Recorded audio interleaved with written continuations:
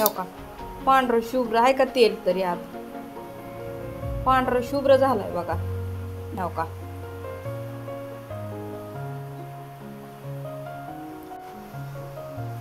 वरून पॅटेस कसा दिसतंय बघा आणि आतून बघा काही सुद्धा तेल नाही। नमस्कार गावाकडच्या यूट्यूब चॅनलवर तुमचं स्वागत आहे। व्हिडिओ बघत आहात त्याबद्दल खूप खूप धन्यवाद। मी आज गावाकडील गावरान पद्धतीनं लादी पाव कसा बनवायचा लादी पावाचं पॅटेस कसं बनवायचं ती तुम्हाला सांगणार आहे। त्याकरिता लागणारं आपण साहित्य बघून पॅटेस बनवायचं म्हणल्यावर लादी पाव मी 1 डझन आणलेला इथं। त्याकरिता पॅटेस बनवण्याकरिता लागणारं आपण साहित्य बघून घेऊ। मी पोहे खायचा 1.5 चमचा ओवा घेतलेला आहे, 1 चमचा लाल तिखट घेतलेला आहे, चिमूटभर हळद घेतलेली आहे आणि 1 पोहे खायचा चमचा मीठ घेतलेला आहे आणि चिमूटभर हिंग घेतलेला आहे आणि कोथिंबीर जरा भरपूर घेतली कारण खायला छान लागते म्हणून। मोठी 1 वाटी बेसन पीठ डाळीचं घेतलेलं आहे आपण। चला तर मग आता कसं बनवायचं ते आपण बघू। एवढी वाटी मोठी आहे 12 लादी पावाला पुरल एवढं मी बेसन घेतलेलं आहे ह्या पाटीत। आता ह्यात मध्ये ही सगळं आपण घेतलेलं साहित्य टाकायचं। हो का ही चिमूटभर हिंग टाकणार आहे, ही हळद, चटणी, मीठ आणि कोथिंबीर ही सगळं ह्यात टाकणार आहे आणि 1.5 चमचा ओवा घेतलेला आहे ती जरा हातावर असा चुरायचा म्हणजे ह्या पिठाला ओव्याचा वास लागतो छान। ह्या का असा करायचा। आता हे असा ओवा टाकायचा आणि आता तेल मी तापायला ठेवलेलं आहे ती ह्यातलं 2 चमचे तेल ह्याच्यावर टाकणार आहे। आता ही मी हातानंच पीठ मिक्स करून घेणार आहे असं।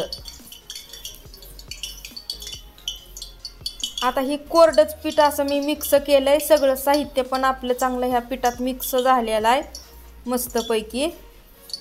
आता थोडं थोडं थोडं पाणी घालायचं। हो का हे असं पाणी घालायचं थोडं थोडं, एकदम पण वतायचं नाही, जरा जरा वतत राहायचं। आपण भज्याला पीठ जसं करतो त्याच्यापेक्षा थोडंसं घट्ट करावं लागतंय। असं थोडं थोडं पीठ घालून ही बाहेरचं जरा तेल चांगली नसते ती म्हणून घरच्या घरी बनवायचं। खायला घरच्या घरी गरम गरम सगळ्यांना एकत्र बसून खायला छान वाटतं म्हणून घरी बनवायचा आटास करायचा, दुसरं काय।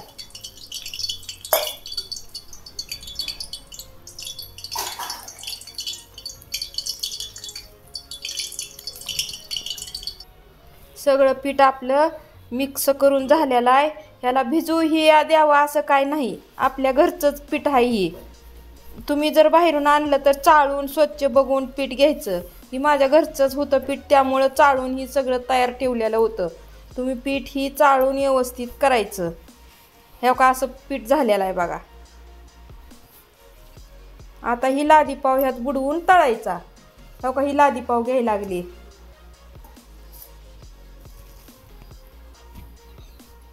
आणि तेल तापलंय का बघायचं। आता तेल तापायला ठेवलेलं आहे।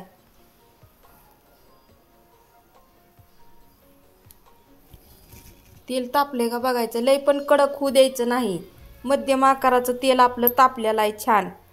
हे असं पूर्ण पिठात लादी पाव बुडवायचा, थोडं पण लादी पाव उघडा ठेवायचा नाही, पूर्ण असं पिठात बुडवूनच तळायचा। हो का असा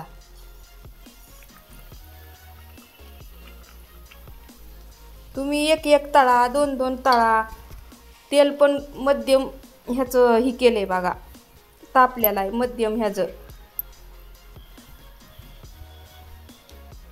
वेज जर राहिलं का ह्या ब्रेडला असं मग तेल जातं आतमध्ये, मग ती खायला त्रास होतो म्हणून आपलं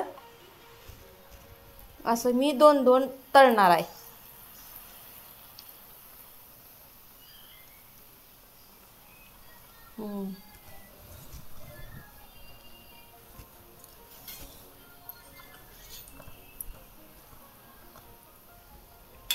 हे असं जरा फिरवायचं, एकसारखं खाली तळून निघते. आता ही एका साईडनं तळून झाल्यात, आता दुसऱ्या साईडनं मी तळून घेणार आहे.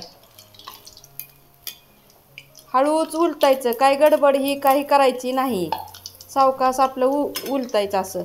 इकडल्या साईडनं टाकला बघा. आता ही पण इकडच्या साईडनं टाकणार आहे.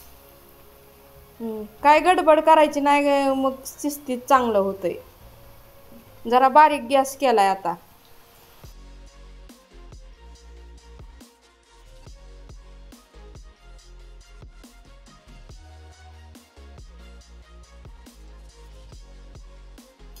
मस्त असं बेसनात बुडवून लादीपाव आपलं तळून तयार झालेलं आहे बघा.